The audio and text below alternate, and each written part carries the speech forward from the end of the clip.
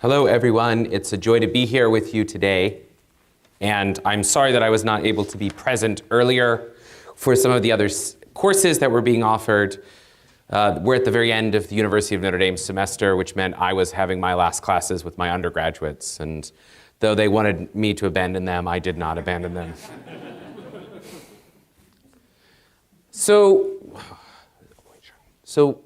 Today I'm here to offer a kind of account of the nature of mystagogy, that most sort of complicated thing in what I've now intelligently called RCIA, OCIA. I'm sure this has been a topic of conversation throughout courses.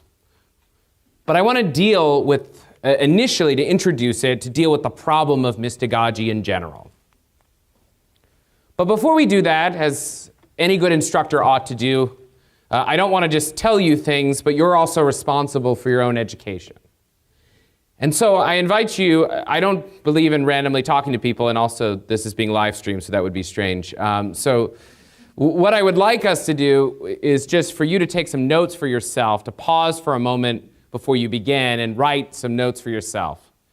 How do you do mystagogy and wherever you're from? I don't know where you're from, whether you're watching this from afar or I don't know where your context. So what is that context? How do you do mystagogy? Do you reserve mystagogy, properly speaking, for the time after the Easter sacraments? Do you do it at other times of year? And what would you say you'd hope to learn or discover today? Sort of set the objectives for your own learning. This way, if you don't appreciate what I have to say, you only have yourself to blame for it.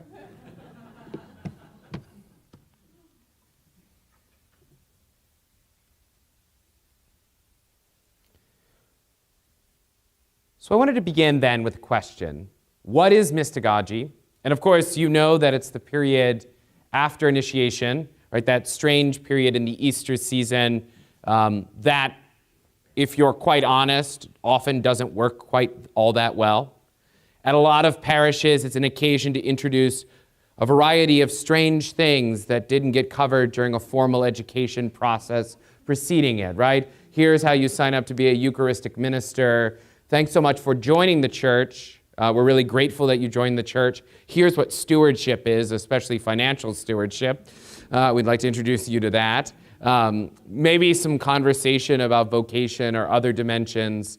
But otherwise, it's a fairly bereft period.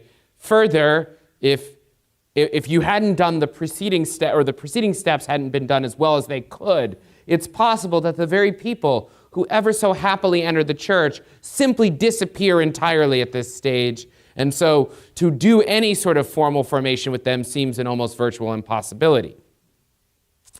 And yet I think part of the problem, and I'll say this today, is that we don't actually understand as a whole what mystagogy is in the church. It's not reducible to a period of time immediately after initiation. Mystagogy, of course, is the privileged modality of what the Catechism calls liturgical catechesis, which aims to initiate people into the mystery of Christ. It's an initiation into the Christian mystery, who is Jesus. In particular, he is the supreme mystery.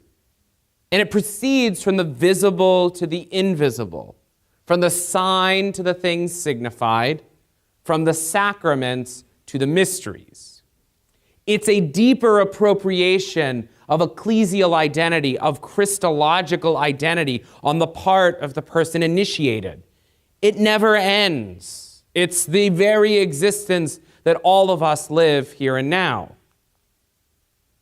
But why doesn't it generally work? I think I highlighted some of the things, right? The problem of a sort of academic year model, to be frank, to the whole approach, right? At the end, you have nothing left to do. It's like the last week of the semester, and you just cram as much in as possible to a relatively, at this stage, uninterested group of people you might be working with. But I actually think the problems run deeper, and they run deeper based on a mistake that I think was practiced in a variety of pastoral contexts relative to mystagogy. That is, there's a problem with time, as I've already said, right? We don't have time. We don't do it well. In some sense, parishes spend themselves so intensely during Lent. It's nothing like some good American Pelagianism, right? Like in Lent, we will prepare ourselves for the resurrection of our Lord, and we'll do as much as we can forever and ever, right? I mean, I work with undergraduates, and so I hear this all the time from them, right? What are you doing for Lent? And they're like, I'm doing this and this and this and this. And I'm like, oh my gosh, I have children, so I dialed that back a little. Asceticism is a much longer process for me. They're like, I'm going to get up in the middle of the night. And I was like, yeah, no, I know what that is. That's just normal. So